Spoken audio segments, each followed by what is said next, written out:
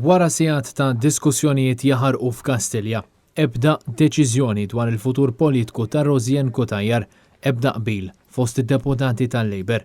Il-laqgħa urġenti sejjaħa il-Prim Ministru Robert Abela wara ġimgħa li fiha kien hemm akkużi serjissimi fil-konfront ta' membru ewlenija fil-kabinett tiegħu Rosien Cutajar.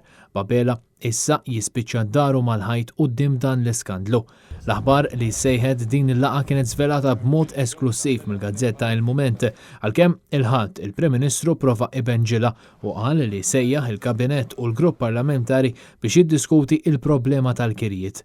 Net News jista' jikkonferma li kuntrarju għas-soltu Abela der dieħel f'Kastilja fid-9 ta' filgħodu bis-sorsi tagħna jindikaw li kellu numru ta' laqgħat fil-magħluq. Fl-aħħar jiem kien konfermat kif Rosien Cutajar daħlet eluf ta' euro minant Jorgen Fenech fuq deal dwar proprjetà fl-Imdina. Dawn l-eluf ma kinux iddikjarati fid-dikjarazzjoni tal-assi tas-sena li fiha irċivit dawn il-flus.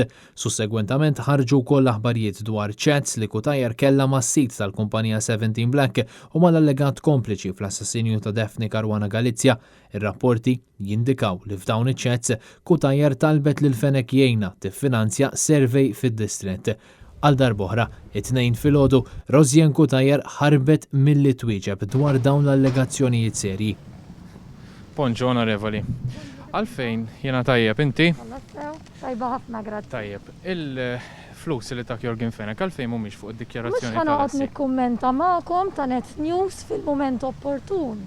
Nitkellem mal-Kummissarju Hizler fi għandi fiduċja sħiħa u konvinta li l-verità ħadd toħroġ. Iċċet sa tippubblikhom biex naraw il-verità. Grazzi ħafna. Saqsi lil Jason Azzopardi. Inti personali lesta tippubblika. Jiddelitta ħafna biċ-ċets u qed joħroġ ċar. li għandek sospendi ruħek.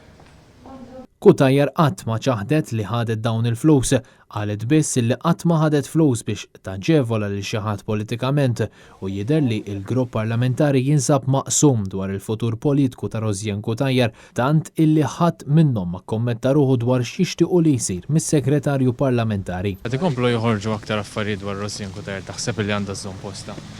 Jien naħseb inkomplu nsegwu dak li qed jgħidu istruzzjonijiet, naħseb jiena kulħadd iħares l-affarijiet tiegħu. Jekk naraw daqsxejn. Inti tkun b'allegazzjonijiet serji hekk tasal. Tasal meta jkun kieku. Taħseb li dawn ma affarijiet sewwa li ma tirreżenjax? Taħseb inti. Inti parti parlamentari mhux jiena. Inti xej segretarju parlamentari. Rosien Cutajar għadha parti mill-grupp parlamentari taħseb li għandha tirreżenja. Diġà ġibt il-ħabiba tiegħek kollega l-ġimgħa l-oħra ta' mal-allegazzjonijiet serji komplew jismu. Diġà l-istess risposta tal-ġimgħa l-oħra, grazzi. Tagħmel biċċett ma' Jorgen Fenech. Iċċekka daqsxejn fejn kien ġejs l-ewwel. Tista' tkellimni dwar Rosien Cutajar għax qegħdin taħarbu minn xi ħaġa serja ħafna. Taraw it-taħwit li fil-Partit Nazzjonalista. Fur li tibqa' fil-Parlament, fil-grupp. Jekk ikun hemm wieħed jara ftita. Bla dubju għandha tiddefendi ruħha u tispjega s-sitwazzjoni. Ħanajdlek, naħseb illi Rosien hija mara intelligenti u għandha tiddeċidi x'inhu tajjeb għaliha. Rosien Cutajar ħadet 9,000 euro minn ammont ta' flus kontanti li laħħaq l-40,000 euro mogħtija lilha minn Fenech. Dan il-ħlas allegatament sar bħala parti minn ftehim li kienet isir fl-2019 dwar proprjetà fl-Imdina. Dwar dan l-istess deal sar ukoll affidavit minn sit il-proprjetà Joe Camilleri li fih iddikjara li fil-preżenza tiegħu stess Rosien Cutajar ingħatat mazz flus minn Jorgen Fenech bħala ħlas u li anke hu stess ħallas lill-istess Cutajar b'dan il-mod. Ironikament dan l-affidavit ġie iffirmat quddiem in-notar Ian Castaldi Paris. Meta kien iffirmat l-affidavit, inti ma rajt xejn ħażin? Ma nħallax professjoni ta' jien mal-politika. Skont dak li kien ġiżvelat mit-Times, Rosien Cutajar iltaqet mas-sit ta' 17 Black f'Awwissu tal-2019 għall-iskambju ta' flus kontanti, hekk kif ma kinux il-bogħod milli jiffirmaw id-deal finali. 3 xhur wara, Jorgen Fenech ġie arrestat b'rabta mal-assassinju tal-ġurnalista Daphne Caruana Galizia.